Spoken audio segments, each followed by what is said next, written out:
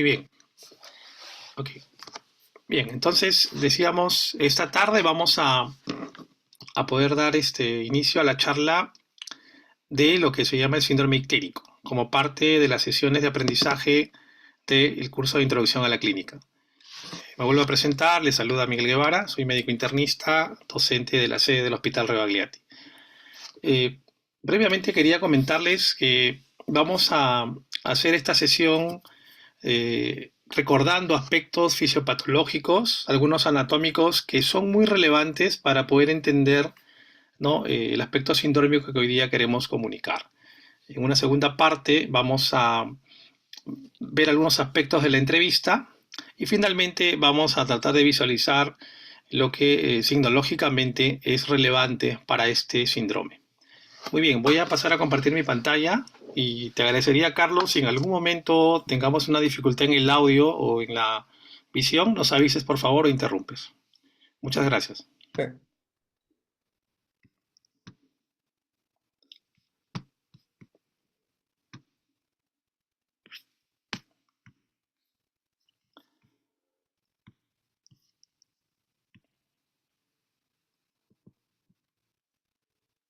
Muy bien. Por favor, Carlos, ¿se ve y se escucha adecuadamente? Sí, se se escucha, doctor. Hemos comenzado con otra. Bien, el día de hoy haremos síndrome ictérico como parte de las sesiones de aprendizaje. A este señor todos lo conocemos, ¿no? En algún momento de repente lo hemos visto. Y sí, efectivamente lo que dice tiene mucho sentido, ¿no? Si a un paciente no le funciona el hígado y si no obtiene uno nuevo, pronto morirá, ¿no? La función hepática se torna crítica, ¿no?, a lo largo de la vida de las personas, sin importar la edad que tengamos.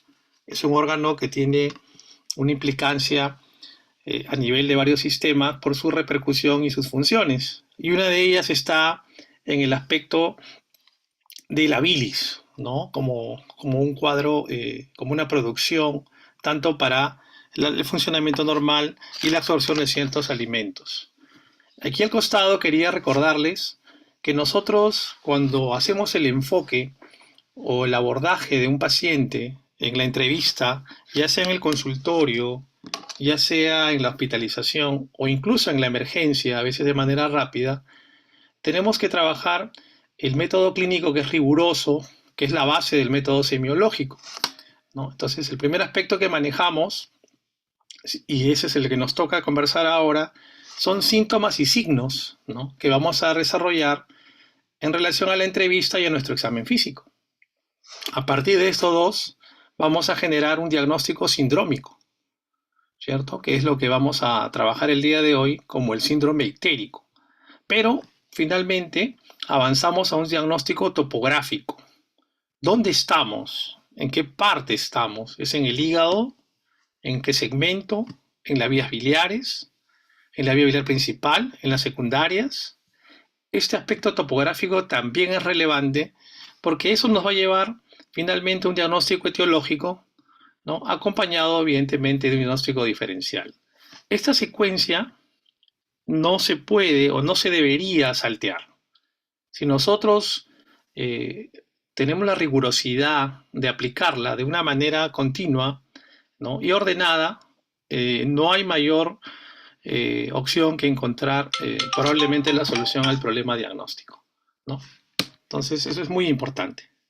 Ahora, por otro lado, vamos a tener las siguientes aspectos en lo que viene a ser cuando uno encuentra el síndrome ictérico como ya en parte de su enfoque.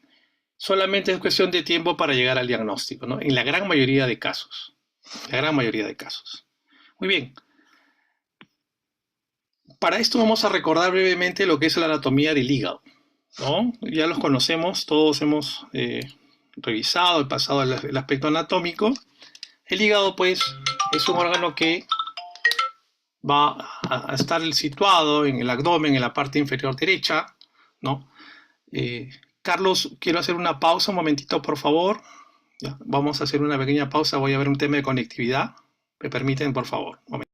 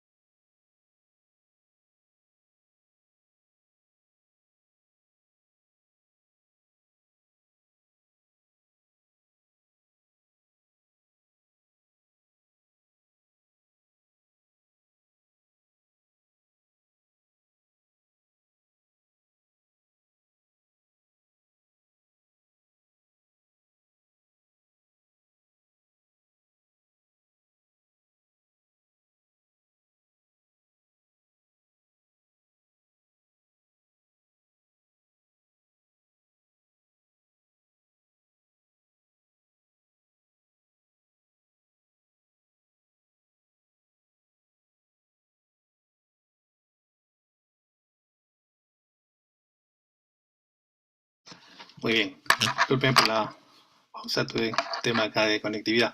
Entonces decíamos que en el recuerdo anatómico, acá tenemos a la derecha cómo se va a particionar el hígado, el lóbulo derecho, el lóbulo izquierdo, ¿no? Porque hay patología que se acentúa más en uno que en el otro. Recordar que hay una cara anterior del hígado, ¿no? Y hay una cara inferior, ¿no? Miren cómo está la posición de la vesícula ahí, cómo a partir de esto eh, nos permite ir hablando de diferentes aspectos de la vena cava, sobre todo, que es importante. Es un órgano que mide aproximadamente, es un órgano muy grande, pesa más o menos 1,5 kilos, ¿no? Llega a casi 2 kilos cuando el paciente está en vida por la sangre que se contiene, ¿no? Y básicamente tenemos 8 segmentos. Y miren a la derecha la cantidad de circulación que tenemos en adelante, ¿no? Esto es importante recordarlo porque a partir de esto también hay una mirada hacia la estructura hepática a nivel celular y fundamentalmente aquí quiero conversar del acino hepático, ¿no? Que es el actor funcional, ¿no? Que contiene un espacio porta, médulas hepáticas, y recordamos que a partir de aquí también la patología se asienta, generando finalmente también algunos mecanismos del síndrome ictérico. Pero entonces, para hablar de ictericia, que es el elemento fundamental, tenemos que hablar de bilirrubina, inevitablemente. ¿Y qué es la bilirrubina? Es un pigmento amarillo tetrapirrólico, ¿no? Así como la hemoglobina, ¿cierto? Así como todos los elementos que contienen pigmentos tienen este aspecto tetrapirrólico. Se encuentra en la bilis, ¿no? Y finalmente se forma por la degradación de la hemoglobina. Aquí, básicamente, para algunos pasos fundamentales, ¿no? Acuérdense el concepto de eh, hemocateresis, ¿no? Después de 120 días, cualquier hematíe pasa a la mejor vida y se degrada. Diferente es el concepto de hemólisis, donde la destrucción es mucho más temprana. En esta hemocateresis, después de 120 días, se fagocita, ¿no? El grupo hemo se libera, tenemos hierro por un lado, aparece la biliverdina, se convierte en no conjugada, ¿no? Y a nivel se llena, se transporta, se conecta con la albúmina, ingresa al hígado, se glucuroniza 1 o 2 veces, ¿no? Y finalmente es excretada, ¿no? Todo este proceso, también obviamente ese componente llega a la orina formando la urobilina. Entonces tenemos a nivel de las heces estercobilina y a nivel de la orina la urobilina. Todo este proceso fisiológico normal es el que hay que recordar porque de esta manera vamos a entender dos conceptos. Lo que es la bilirrubina conjugada o hidrosoluble, ¿no? Que evidentemente si se aumenta puede producir ictericia y o coluria, y la bilirrubina no conjugada, que es liposoluble y que básicamente su aumento puede producir ictericia pero no coluria. Miren qué importante esta diferenciación semiológica. Y finalmente a la derecha algún nivel de concentraciones para recordar, ¿no? Que en el laboratorio puede ir de 0,2 a 1 miligramo por decilitro. Entonces, recordando esto de la bilirrubina, su aumento, ¿no? Va a generar lo que ya estamos conversando, que es el síndrome ictérico. La bilirrubina indirecta o no conjugada, ¿no? Básicamente tiene que ver con alteraciones en los glóbulos rojos, tanto en su origen, ¿no? Y en su destrucción. Y la bilirrubina directa y conjugada fundamentalmente nos habla de un problema a nivel hepático o de las vías biliares, o una ictericia poshepática también, ¿no? Entonces, ese es un concepto muy importante a entender desde ya. No conjugada versus conjugada, prehepática o poshepática. Para esto, hacemos una evaluación de la bilirrubina en sangre. Habitualmente es una muestra que se debe tomar idealmente en ayunos, a veces en la emergencia no necesariamente es así, pero nos permite identificar la ictericia desde edades muy tempranas y acuérdense que un elemento importante es la ictericia del recién nacido, ¿no? Por la inmadurez hepática se produce muchas veces esta ictericia neonatal, ¿no? Que cuando es crítica llega a producir el famoso kernicterus, ¿no? Que es un daño neurológico irreversible. Por eso es que dentro de los procesos que evaluamos es cómo el niño nace y reconocer si está ictérico o no para colocarlo en lo que llamamos fototerapia. Entonces, importante la bilirrubina, sí, se dosa desde muy pequeñito. Entonces, en este concepto, el aumento de la bilirrubina, ¿no?, nos va a llevar bioquímicamente, o desde el punto de vista laboratorial, a lo que admitimos ahora como un signo fundamental de este síndrome, que es la ictericia. ¿Y qué es la ictericia? Coloración amarillenta de piel y mucosas y fluidos corporales por el aumento de la bilirrubina. ¿Dónde vamos a tener esto? Básicamente a nivel de las escleras, a nivel del paladar y a nivel de la piel, ¿no? Tanto a nivel directo como indirecto. Y aquí, fundamentalmente, tenemos que recordar la famosa pseudoictericia. No olvidarnos. Primero, para poder evaluar ictericia, hay que recordar que hay que hacerlo con luz natural, idealmente. En la noche es poco probable que usted detecte la ictericia o no la pueda reconocer. Y hay que estar muy atentos a la pseudoictericia, ¿no? El famoso consumo de carotenos, ¿no? Estamos hablando de zanahorias, tomates, etcétera, papaya, puede generar un color parecido al de la ictericia, pero recordemos que esto respeta las mucosas. Las escleras van a estar normales, la piel sí se va a poder comprometer en la hipercarotinemia. Esto es pseudoictericia.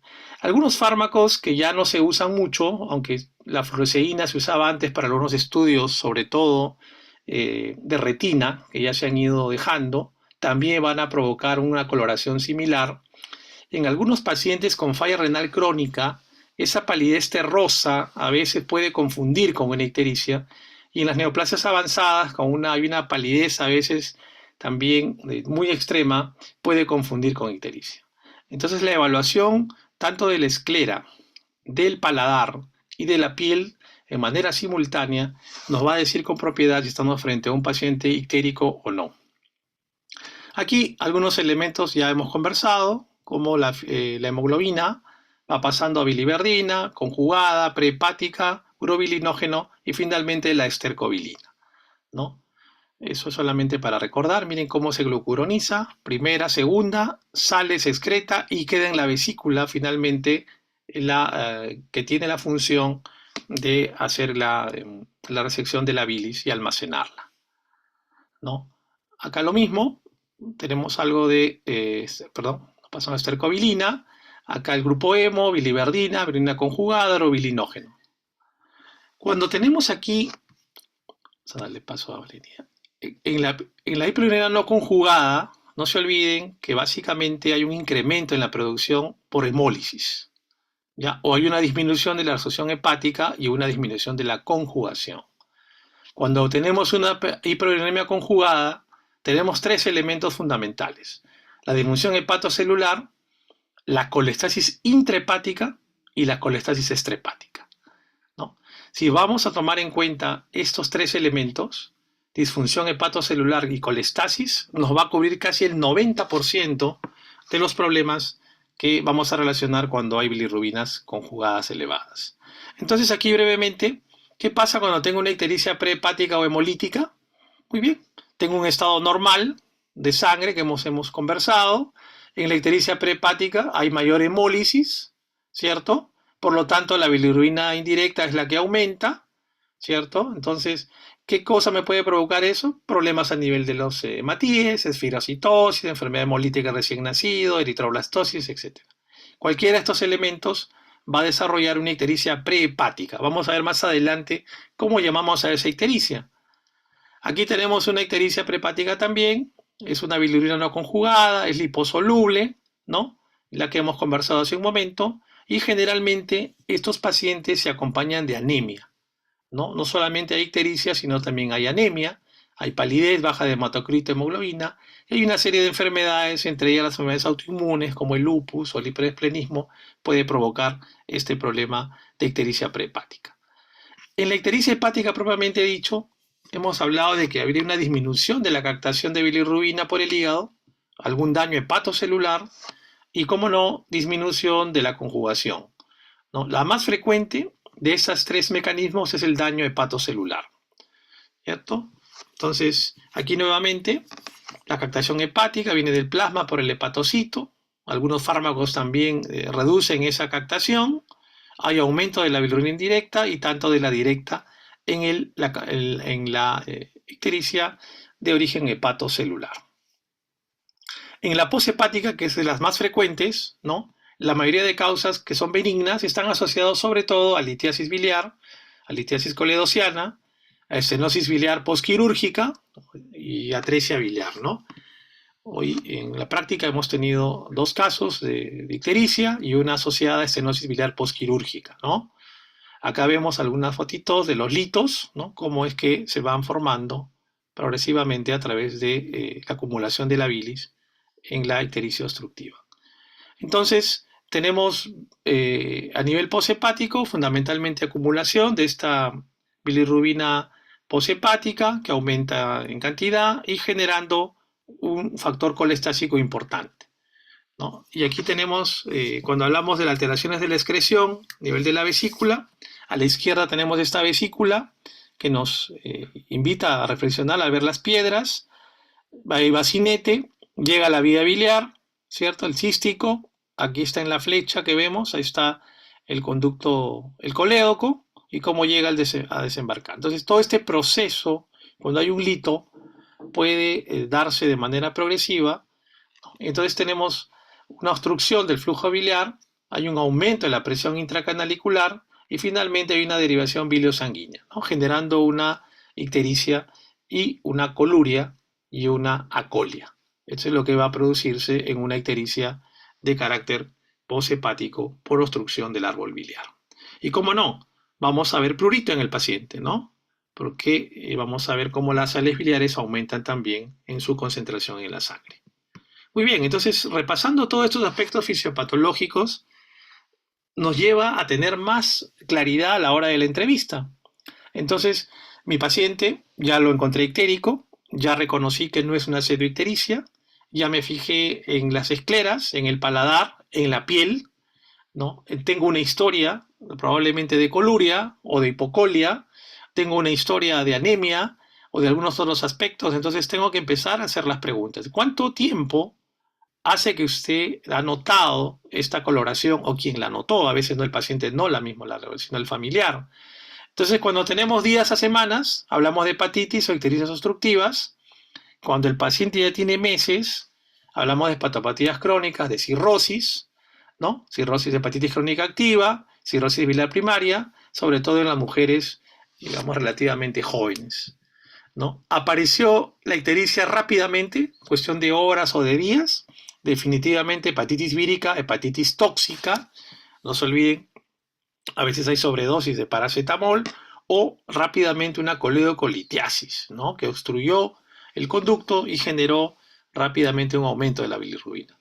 Apareció lentamente, muy bien, pienso en cirrosis, en carcinoma hepatocelular, en colestasis, hepatitis crónica activa y otra vez en cirrosis biliar primaria, sobre todo en mujeres jóvenes, ¿no? Pero si estuvo precedida la ictericia de una pérdida de peso y apetito, de náuseas, vómitos y aversión al tabaco o de hiporexia, definitivamente estoy pensando en una hepatitis vírica tipo A, ¿no? Es muy, muy característica. Solo mencionar que algunas hepatitis A son anictéricas, mencionar que más ya se ven niños y en adultos jóvenes, pero también se ven algunos adultos que pueden desarrollar ese tipo de virus. La ictericia es moderada, es intensa, intensidad variable. Muy bien, si es moderada, ¿no? Estamos hablando de un cuadro cirrótico, tal vez una ictericia de causa hemolítica. Si es muy intensa, que vamos a verla en la graduación más adelante, ¿no? Entonces pensamos más en una ictericia obstructiva, ya sea intra o extrahepática, ¿no? Pero cuando hay intensidad variable, porque a veces hay cíclico, puede ser una obstrucción extrahepática incompleta, ¿no? Litiasis biliar, hemólisis o cirrosis. Pequeño detalle es en el ampuloma, ¿no? Que es el cáncer de la ampolla de Vater, ¿no? En el ampuloma existe una ictericia, es una ictericia extrahepática, ¿no? Podemos decir que de cierta manera incompleta, pero produce ictericias cíclicas, ¿no? El tumor obstruye la salida de la bilis, el tumor crece, se necrosa, se libera y baja la bilis y por lo tanto disminuye la ictericia. Entonces es importante también mencionar lo cíclico de una ictericia asociado a una baja de peso nos lleva a pensar en ampuloma. Ya han administrado en los últimos 6 meses alguna inyección intramuscular, intravenosa, ha sido vacunado, le han transfundido sangre, ha tenido un tratamiento dental, tatuajes, algún procedimiento quirúrgico, laparoscopía, etcétera, y el paciente está itérico, tenemos que pensar en hepatitis vírica tipo B, ¿no? Es muy importante esto, ¿ya? Sobre todo en el personal de salud, que todos debemos estar vacunados porque estamos en riesgo, ¿no? Ya sea en los procedimientos, ¿no? Directos o indirectos, y en el manejo de algunos líquidos, obviamente que son biológicos en el paciente, que puedan estar también infectados y poder contagiarnos.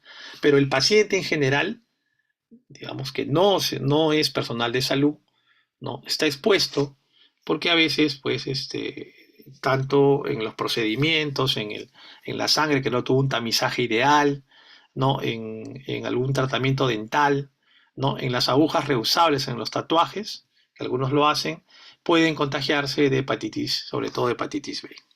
En el consumo de drogas intravenosas también, porque algunas personas que tienen esta situación de dependencia, pues consumen esto y las agujas se las intercambian, ¿no? Entonces la hepatitis B también puede estar por ahí. Bueno, cuando hablamos de hepatitis A, sobre todo hablamos de consumo de alimentos mal manipulados o no cocidos, como pescado crudo o agua no potable, ¿no? También ese antecedente nos permite reconocer que puede ser una hepatitis A. Algunos síntomas acompañantes también, el color de la orina, ¿no? Es el mismo de siempre, ¿no? Podemos preguntar como cerveza o la Coca-Cola, es sanguinolento. Entonces, el mismo de siempre, ya hemos dicho que la epilurinemia no conjugada no da coluria, ¿correcto? Entonces estamos ahí entendiendo que estamos frente a una hiperurinemia prehepática. Pero si vemos que la orina se ha puesto más oscura, ¿no? Como la Coca-Cola, ¿cierto? O como la cerveza, hablamos de una ictericia hepatocelular o de tipo destructiva. Y en las que tienen aspecto sanguinolento, no olvidarnos de una infección que puede ser de carácter mortal si no se trata a tiempo, leptospirosis, ¿no? O una afección renal por productos tóxicos también, ¿no? Puede producir este componente hematúrico adicional. En la foto vemos, ¿no? Una orina normal y una orina colúrica, igual acá a la derecha como a la izquierda, ¿no? Para reconocerla. ¿Qué más podemos preguntar? Obviamente sobre las heces, ¿no? Si están claras o despigmentadas, hiperpigmentadas, negras como el alquitrán. Al estar claras o despigmentadas, evidentemente hablamos de una ictericia obstructiva, ¿no? Ya sea intra o extrahepática. Cuando hablamos de unas heces hiperpigmentadas, nos orientamos a una ictericia de causa hemolítica, y obviamente cuando son negras, hablando de melena, hablamos de una hemorragia gastrointestinal. Si el paciente además de ictérico ha presentado fiebre, ya hemos comentado también con el grupo en la mañana, colangitis, ¿no? Es un aspecto que tienen que tomar en cuenta, ya sea con una colestasis estrepática, ¿no? Cuando es poco elevada, pensamos, o sea, la fiebre no es muy alta, hepatitis, cirrosis, ¿no? Porque en este caso, la fiebre que persiste una vez establecida la ictericia es infrecuente en la hepatitis vírica, pero sí es más frecuente en las inducidas por medicamentos. Cuando hay fiebre asociada con colangitis, suele ser una fiebre alta, con escalofríos, ¿no? Y lleva al paciente rápidamente incluso a criterios de sepsis, ¿no? Por eso ahí lo vemos abajo, ¿no? Escalofríos, hay que pensar en colangitis, obstrucción por cálculos. Importante eso en la historia y al momento de hacer las preguntas. Otra vez, dolor abdominal, piensa en obstrucción por cálculos, ¿no? En la hepatitis vírica hay dolor, pero es infrecuente que sea un dolor intenso, ¿no? Porque en la hepatitis vírica duele porque la cápsula de Gleason se distiende por la hepatomegalia, ¿no? Hay una forma de malestar localizada en el cuadrante superior derecho, otra vez hepatitis vírica y tóxica, ¿no? Cuando hablamos de un dolor sordo, crónico o terebrante, puede ser un carcinoma de páncreas o un hepatocarcinoma. Cuando tiene aspecto epigástrico y radial hacia la espalda, ya sabemos que puede haber una pancreatitis aguda, una enfermedad pancreática. Cuando ha habido pérdida de peso, náuseas, vómitos, hablamos de hepatitis, ¿no? Acuérdense que la hiporexia inicial mejora tras la aparición de la ictericia cuando es una hepatitis de causa viral. ¿De acuerdo? Cuando hay dolor articular, cefalea, prurito, Tenemos que pensar en hepatitis B, inducida por medicamentos, ¿no? Cuando hay distensión abdominal y pérdida de peso, sigue también la hepatitis vírica dentro del diagnóstico diferencial, la reacción colestática medicamentosa y la cirrosis biliar primaria, sobre todo en mujeres jóvenes. Muy bien, aquí creo que lo hemos repetido. Un momento. Ok. ¿Qué pasa con los signos físicos? ¿No? Si esa ictericia tiene un amarillo claro, yo hago la relación de que esta es una ictericia flavínica y estoy frente a una ictericia de causa hemolítica, ¿no? Si a la vez tiene un amarillo naranja, ¿no? Un poco más, hablamos de ictericia rubínica, es una ictericia hepatocelular. Si es un verde amarillento, es una ictericia verdínica y una ictericia obstructiva. Hay una especie también ahí en la melánica, cuando hay una ictericia obstructiva prolongada, que vamos a ver una foto más adelante.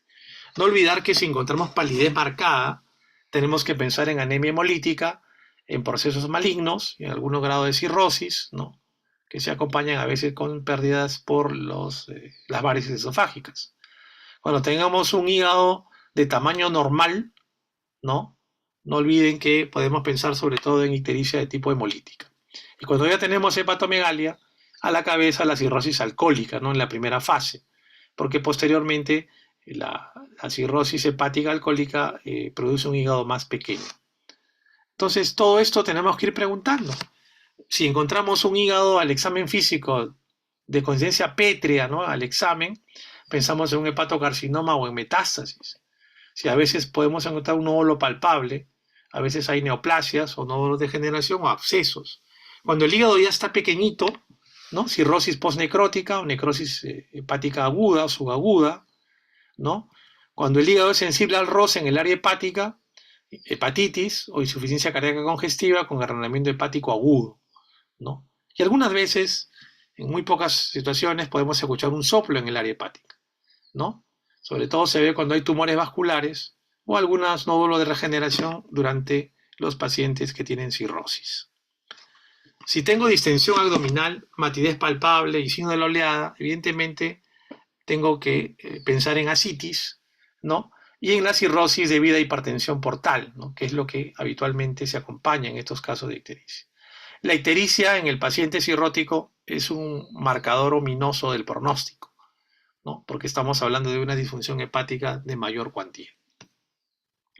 Y finalmente, en algunos aspectos de la palpación, si encontramos el signo de Courvoisier-Terrier, que es poder palpar la vesícula aumentada de tamaño, estamos asociando un carcinoma de páncreas. Y si hay una región dolorosa con el signo de Murphy positivo, básicamente hablamos de una colelitiasis, ¿no? Si hay fiebre y escalofrío, ya lo hemos conversado, colangitis supurada. Si encontramos flapping o tremor, el llamado asterixis, más un aliento hepático o fetor hepaticus, tenemos que pensar en encefalopatía hepática. Y signos extrapiramidales y el famoso anillo corneal de Kaiser-Fleischer, la famosa enfermedad de Wilson, que es poco frecuente, pero debemos tenerla siempre en mente ante la posibilidad de encontrar este anillo corneal.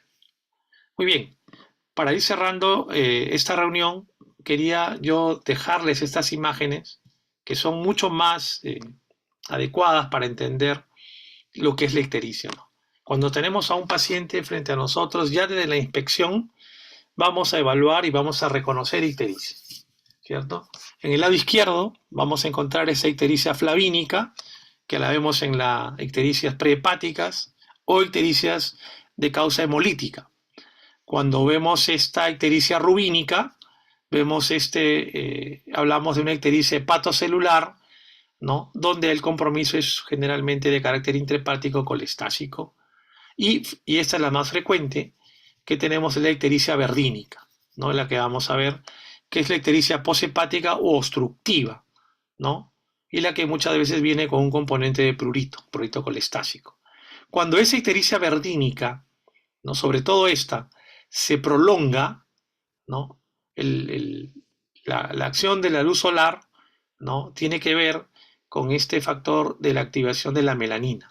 Entonces se conforma una ictericia melánica, ¿no? Con un oscurecimiento de la piel. Miran al paciente de arriba a la derecha, ¿no? Dándonos este aspecto, ¿no? Entonces, tanto la flavínica, rubínica como la verdínica, vemos en los casos de reciente instalación o de corto tiempo de duración. Y las melánicas cuando son procesos que tienen incluso hasta varias semanas y el paciente ya se ha pigmentado.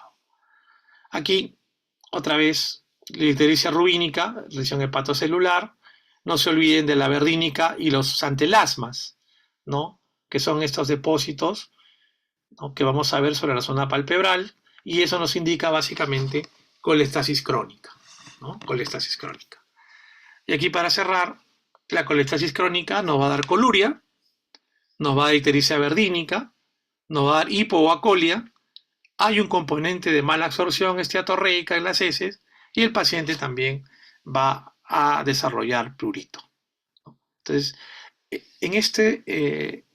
con esta lámina queríamos dejar claro que el síndrome ictérico va a estar presente a lo largo de la carrera, la vamos a ver con cierta frecuencia, y lo importante es que una vez que la tenemos y podemos establecer los mecanismos pre, intra o poshepático, los exámenes de ayuda diagnóstica generalmente, en su gran mayoría, nos lleva al diagnóstico definitivo. Eso sería todo de mi parte en aras del tiempo. Estamos dejando unos minutos para las preguntas. Aquellos que quieran hacer alguna intervención o alguna duda, por favor, con el mayor gusto. Voy a pasar a dejar de compartir la pantalla.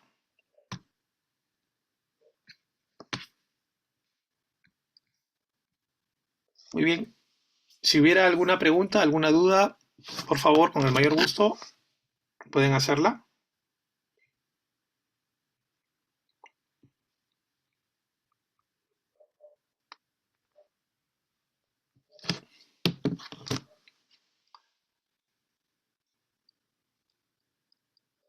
A ver, Carlos, que has estado de apoyo, gracias por tu colaboración. Se ha escuchado y se ha visto de manera completa, ¿no?